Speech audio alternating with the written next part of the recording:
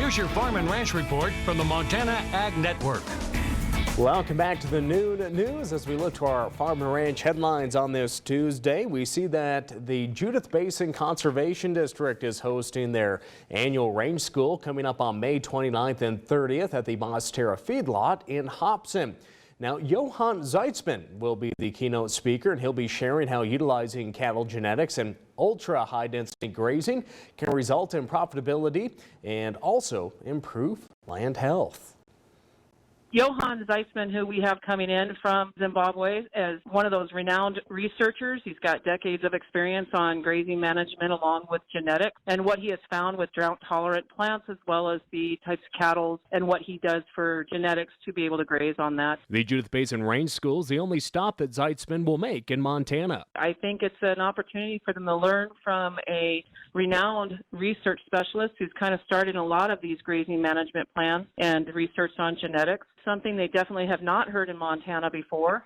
It is worth their time to come and take a listen, and they would probably walk away with at least one thing, and your time is invaluable to increase your profit. And the biggest thing is most of the response we get from producers that have heard him talk in Colorado and around other states is that they've known ranches that actually took a little bit of what he had to say, put maybe a little bit to work, not saying they use it all, but they did increase their profit. And it's a totally different analogy than what they've heard before in Montana.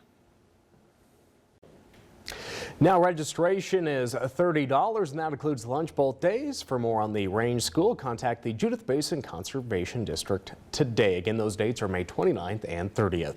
Don't go away, we'll look at trade news right after this. As we return back today, we see that U.S. trade talks with China seem to be a long way from wrapping up. However, Agriculture Secretary Sonny Perdue is trying to assure producers that when that agreement is reached, China will be purchasing even more farm goods than they had before the trade dispute began. In the meantime, the Trump administration is still working on a short-term trade relief package for farmers and ranchers burned by retaliatory tariffs from China. USDA says this round of possible trade aid will look different than the first.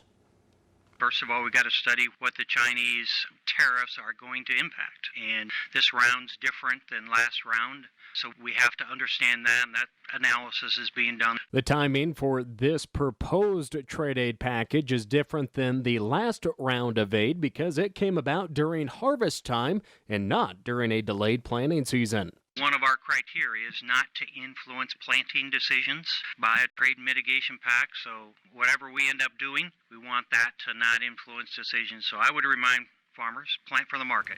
Don't plant for a package that's yet to be decided what it is. Of course, the later the package is announced, the less chance it will influence farmers' planning decisions. The announcement has yet to be determined. Agriculture groups say they'd rather have trade than trade aid.